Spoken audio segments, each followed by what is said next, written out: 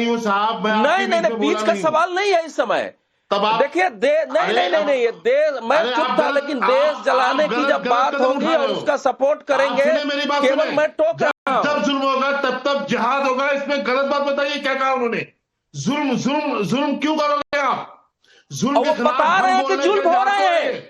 अरे भाई यही तो बात है, बता रहे हैं कि जुल्म हो रहे हैं। समस्या यहाँ है, महमूद मदनी बता रहे हैं कि जुल्म हो रहे हैं, सुप्रीम कोर्ट जुल्म कर रहा है, न्यायपालिका जुल्म कर रहा है, हमारे साथ लिंचिंग हो रही है, वक्फ की बातें वो कर रहे हैं। कैसे बात कर रहे हैं? अरे बताओ, पिटते रहे हम, आप मारते रहो, खुलेआम कह रहे हैं कि ये इशारे यही कहना है कि जिहाद का ही समय है, क्योंकि इंसाफ हमारे साथ नहीं हो रहा है। आज एक साहिल नाम का शख्स मार दिया दिल्ली में, पता नहीं आपको, बोलेगा उसके लिए? नहीं बोल पाएंगे आप। मुसलमानों को चारों तरफ से घेरने की कोशिश कर रहे हो आप। मुसलमान क्यों नहीं बोलेंगे? भाजपा के प्रवक्ता नहीं, किसने कहा नहीं बोलेंगे, लेकिन क्यों मरा है? कांग्रेस के प्रवक्ता से नहीं, आपको किसने कहा कि कोई मुसलमान मरेगा तो नहीं बोला जाएगा? किसने बोला? ये कौन सी बोली है, बताओ आप हमें, कि आप इस्लाम के खिलाफ हो या नहीं? इंसानियत है तो क्या? आप महमूद मदनी जो बोल रहे हैं उसका सपोर्ट कर रहे हैं। महमूद बदरी इंसानियत, आप इंसानियत की बात कर रहे हो, विस्फोट हो रहे हैं, 2900 किलोग्राम विस्फोटक निकाले जा रहे हैं, पूरे मुसलमानों के छोटे विस्फोट करने का बहुत बड़ी तकलीफ होती है, और एक आदमी कह रहा है कि मुसलमानों के साथ। एक मिनट अवधेश जी, एक मिनट। आजारी जी अपने मतलब की बातें नहीं निकालनी। आजारी जी अपने मतलब की बातें नहीं निकालनी। पूरी बातें जो बाइट का चंक उठाया वो पूरा बाइट जसका तसम ने सुनाया है। तो ये सर, ये एलिगेशन से बचिए। और मैं फिर कह रहा हूं कि जो आप कह रहे हैं कि कौन इस्लाम के खिलाफ है, नहीं है, वो सवाल पर मैंने टोक दिया था। आपसे जो सवाल जो मैं पूछ रहा हूं, उस सवाल का जवाब दीजिए। क्या आपको लगता है कि इस देश में मुसलमानों पर जुल्म हो रहा है? आपको भाजपा के पक्ष भी बोलना है साहब। अरे भाई ये मत करिए, ये टैगिंग वैगिंग की जरूरत नहीं है आजारी जी। आदत है आपकी, हम बोलेंगे तो जलेबी हम बना रहे। नहीं, आप बोलिए। मैं पूछ रहा हूं कि आपने कहा, आपने सुनिए आजारी जी, आपने कहा ना कि उन्होंने कहा जब जुल्म होगा तब। अरे भाई इसमें तो आपको क्या लग रहा है कि जुल्म हो रहा है?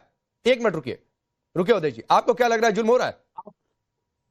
आप हमें बताएं, नमाज पर पाबंदी, हमारे जो सार्वजनिक तौर से हम लोग अभी तक अदान पर पाबंदी, हलाल लफ्ज पर पाबंदी, कहां पाबंदी है? नहीं कहां पाबंदी है? मस्जिदों से, अरे हमारी मस्जिदों से जो आप लाउड स्पीकर उतरवा रहे हो, ये क्या है? अरे लाउड स्पीकर उतरवा नहीं रहे, कह रहे हैं कि लाउड स्पीकर परमिशन से लगाओ। आज तक ये कहा जा रहा है कि तय मानक के हिसाब से लगाइए। कोई नहीं कह रहा है कि उतारिए, लेकिन नियम के खिलाफ लगेगा तो उतरेगा। और वो सिर्फ मस्जिद से नहीं उतरेगा, वो मंदिर से भी उतरेगा। यही बरगलाना होता है। आजारी जी आप खुद को एक्सपोज कर रहे हैं सर, यही बरगलाना होता है। आप कह रहे हैं कि अजान और नमाज पर पाबंदी, आप एक उदाहरण दीजिए। मैं ये पूरी डिबेट में सबको थैंक यू करके राजीव जेटली से सवाल पूछूंगा। आप मुझे एक उदाहरण दीजिए जहां नमाज और अजान पर पाबंदी लगी हो। हम बता दो रहे हैं। हाँ बताइए। बताए एक बरेली से एक गाड़ी में एक बस में एक शख्स चला गया। रास्ते में बस रुकी, वो नमाज पढ़ने लगा। उसके ड्राइवर को, कंडक्टर को सस्पेंड कर दिया गया। क्या है ये, बताओ हमें आप? इंसानियत है ये? अच्छा, इंसानियत है। दो हम साथ 2 मिनट की नमाज नहीं पढ़ सकते। हम आप प्लेनों में बैठ करके आप हनुमान चालीसा पढ़ोगे, और अगर कहीं रोड बेस पे एक तरफ एकांत में अगर कहीं नमाज पढ़ने लगे तो पाबंदी। ठीक है, मैं इस पर राजीव जेटली से जवाब लेता हूं और फिर शादाब शम्स के पास जाऊंगा। उससे पहले कुछ सर्विस कोड नाम की चीजें होती है इस देश में, कुछ कानून और नियम नाम की चीज होती है। अगर वो आपको नहीं समझ में आता है, अगर आपको वो नहीं समझ में आता है तो आजारी जी मैं कुछ नहीं कर सकता हूं। और फिर भी मैं आपको समय दे रहा हूं। आप मुझे 5 उदाहरण दीजिए जहां पर ये कोई आदेश जारी हुआ कि भाई अजान नहीं पढ़ सकते हो, नमाज नहीं कर सकते हो। आप मुझे ये उदाहरण गिनवाइए सर, और मैं इस पर डिबेट करूंगा। मैं कह रहा हूं इस पर डिबेट करूंगा। राजीव जेटली रिप्लाई करिए, फिर शादाब आपके पास आ रहा हूं। नहीं, मुझे इस बात की हैरानी हो रही है। आप देखिए राकेश भाई कि गुड़गांव की सड़क के ऊपर पूरी सड़क को जाम करके नमाज पढ़ा जाता था। दिल्ली के अंदर, ओखला के अंदर आवाजाही पूरी तरह से अवरोध करके नमाज पढ़ा जाता था। आज आप कहते हैं कि गवर्नमेंट सर्विस के अंदर एक अगर पायलट हवाई जहाज चला रहा है और हवाई जहाज में वो ऑटो पायलट मोड पे बैठ करके नमाज पढ़े, तो सोचिए कितनी जिंदगी को खतरे में डाल रहा है। आप ये बताइए कि आप चाहते ही हैं कि हमें सड़कों पर आजादी मिलनी चाहिए। आपने भोंपू खुद उतारे अपनी मस्जिदों से, तो इस बात को माना यार, ये कोई तरीका नहीं है। ये क्या है? एक मिनट आजारी जी, आचार्य जी आपने कुछ सवाल पूछा ना, मैं शादाब शम्स की ओर जाने की बजाय सीधे राजीव जेटली से पूछ रहा हूँ, तो सर उसका जवाब दीजिए। छोटे-मोटे अधिकार आप जैसे हमारे पास भी है, जितने अधिकार आचार्य जी प्लीज, हमारे पास भी। आपने कुछ कहा उस पर मैं जवाब ले रहा हूं बिना आपने किसी सवाल के, तो रुक जाइए। ये दादागिरी करते हैं चैनल पर, फिर दादागिरी आप भी कर रहे हो, दादागिरी नहीं दे रहे हैं, ये भी दादागिरी हो गई। नजर आ रही है, कौन कर रहा है इतना खतरनाक? आचार्य जी प्लीज 1 मिनट रुकिए, फिर आप रिप्लाई करिएगा। आचार्य जी मैं कह रहा हूँ 1 मिनट आप शांत रहिए, उसके बाद रिप्लाई करिएगा। बोलिए राजीव जेटली। नहीं दादागिरी बता रहे हैं, खुद देखिए ऐसा चेहरा मुल्क स्क्रीन से बाहर निकाल के जैसे ही मारने आ जाएंगे हमें, ऐसा चेहरा दिखा रहे हैं। देश की जनता देख नहीं रही है, हम तो आराम से बात कर रहे हैं। मैंने आपको बोला अच्छी बातें निकलेंगी मुंह से आपके, तो अच्छी बातें आप करोगे तो आप ये चेहरा तो आप अपनी डिबेट दोबारा देखिए। ऐसे डर जाते हैं आपको देख करके, लोग ही डर जाते हैं। बताइए, ये तो भारत के अंदर बैठ के हालात है, ऐसे भारत में बैठ कर ऐसे हालात है, कहीं और होते तो कैसे होते सोचिए। इसीलिए बता रहे हैं, देश की जनता यही एहसास कर रही है कि इतने खतरनाक चेहरे अभी बना रहे हैं तो बाद में क्या होगा, फिर यही देश की जनता देख रही है।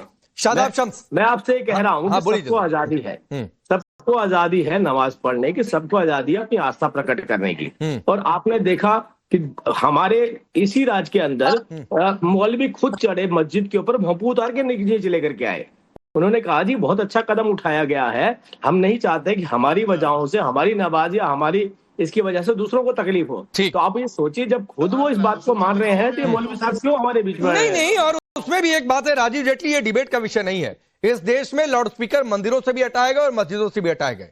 नियम है शादाब शम्स की तय जो मानक है उसके हिसाब से लगवाइए और परमिशन लेकर लगाइए, किसी को कोई दिक्कत नहीं है। लेकिन कैसे बरगलाया और उकसाया जाता है, इसका उदाहरण आज अजहरी जी ने पेश किया कि इस देश में अजान पर पाबंदी लग जाती है, इस देश में नमाज पर पाबंदी लग जाती है।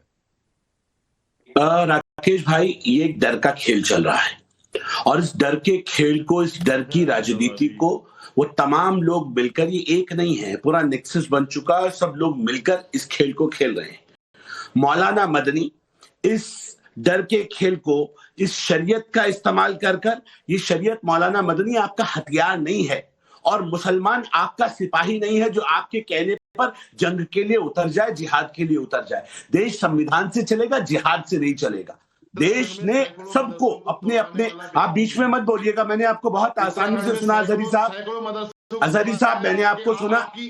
नबी का हुस्न अखलाक दिखाइए, नबी का हुस्न अखलाक दिखाइए, सुनिए, दूसरों को भी सुनिए, आपको वक्त मिलेगा जवाब दीजिएगा, काउंटर कीजिएगा, अच्छा लगेगा मुझे। मुसलमान भी हैं आप, कहीं से मुसलमान भी हैं, अपने आप देंगे सर्टिफिकेट?